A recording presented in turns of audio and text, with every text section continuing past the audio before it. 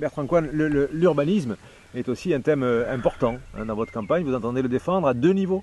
Ah oui, parce que l'urbanisme, c'est un petit peu mon dada, je dirais, hein. J'ai passé au moins 30 ans de ma carrière dans justement l'urbanisme et la conduite d'opérations, de montage d'opérations et de réalisation, de l'aménagement, donc en vue de réaliser des quartiers, des écoquartiers. Euh, Qu'est-ce qu'on peut dire? J'irais beaucoup à dire sur ce sujet, mais on retient quand même, dans le cadre de... Il faut que je dise quand même que j'ai toujours exercé ce métier dans l'urbanisme en ayant en tête deux choses. La première, c'est de durer, c'est-à-dire un quartier.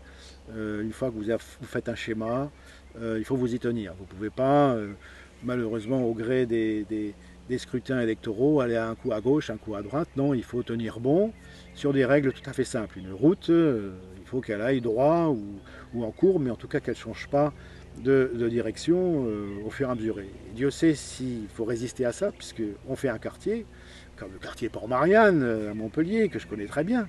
On ne le fait pas comme ça. Le schéma de Port-Marianne remonte aux années 80. 80. Et pourquoi aujourd'hui c'est réussi ce quartier? C'est parce qu'on a tenu bon sur les grands axes. On a tenu bon sur le programme. Un programme où on respecte l'environnement, c'est-à-dire avec des normes quand même environnementales très ambitieuses, et aussi la mixité sociale. C'est-à-dire qu'on s'oblige dans ces quartiers, et comme j'ai toujours le grand principe sur lequel je me suis appuyé, entretenir dans la programmation de ces quartiers la mixité sociale. Le peuplement des quartiers que vous construisez, il faut qu'il rentre dans des normes de mixité. Hein, qu'on ne mette pas les personnes défavorisées dans une cage d'escalier, et puis 200 ou 300 mètres plus loin, voire 1 kilomètre, on mettra les gens les plus favorisés. Ça ne fait que d'une ghettoisation. Tout le monde aura compris que la mixité sociale est fondamentale. Donc, sur le plan du développement durable de ces quartiers, il y a aussi une autre chose à dire, c'est qu'il faut lutter contre l'étalement urbain. Bon, ce qui se passe autour de Montpellier, même si Montpellier, avec ses immeubles de grande hauteur, hein, jusqu'à 5, 6 ou 7 étages, on limite l'étalement urbain. Et ça, c'est bien.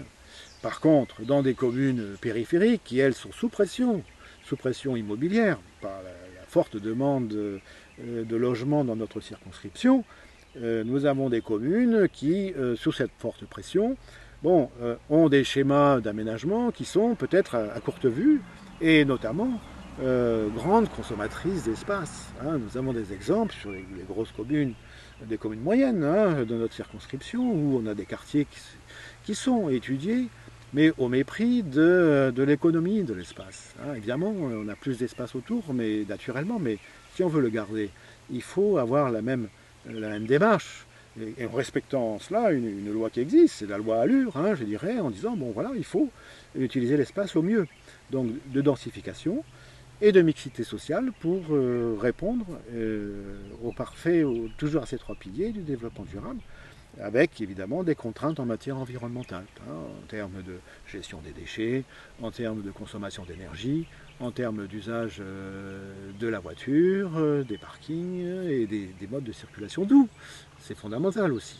On manque cruellement ici, dans notre circonscription, d'un schéma, d'un réseau, je dirais, continu. Hein, c'est quand même pas normal qu'on ne puisse pas aller de Moguio, par exemple, jusqu'à Montpellier en vélo sans que ce soit balisé. On doit pouvoir trouver, mais ça n'est pas balisé, ce n'est pas entretenu et ce n'est pas surtout intégré dans un réseau de circulation.